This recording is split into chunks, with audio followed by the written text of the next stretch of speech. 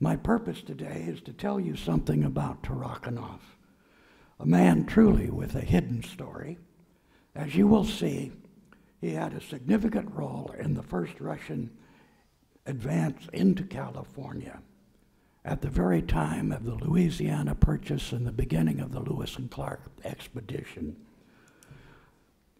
Tarakhanov and his Russian compatriots made their nation a contender in the contest for trade and imperial power in California and along the Pacific coast that would last for another half-century.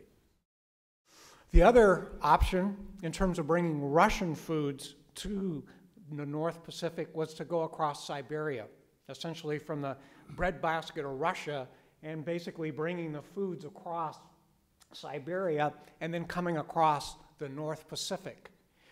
Both of these options were very expensive, very dangerous, and oftentimes you had your foods would spoil en route.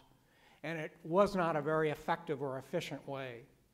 So what the Russian-American company began to think about was trade with other peoples. And one of the key options was Spanish California, Alta California. And that is my little hidden story today. You know, whatever the Spanish wanted, they would build it. And they would either obtain it through the Sitka, or they might even build it in Fort Ross.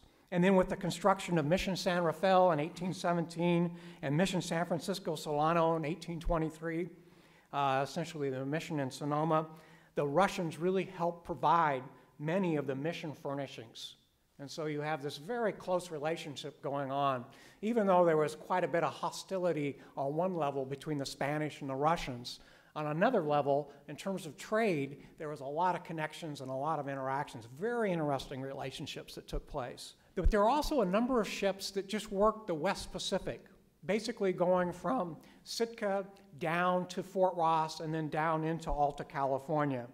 Essentially, they called on a variety of different ports and areas in Alta California: San Francisco, Monterey, Santa Cruz, San Pedro, down to San Diego. This was part of the kind of regularized trade network that was going on. And essentially, the importance of Fort Ross, I think, is very, very significant in this, because Fort Ross served as a place where they built ships. And the man on the right, Adalbert von Chamisso, was a naturalist who was aboard this ship. So this was a more formal one. It wasn't simply a ship's doctor who happened to be interested in being a naturalist. And he is famous for having identified a number of species, including quite a number of species all around here that later Alice Eastman, a famous botanist, said were terrific because they're all gone. You know, I mean, they've mostly been wiped out of this vicinity, and to have his listing.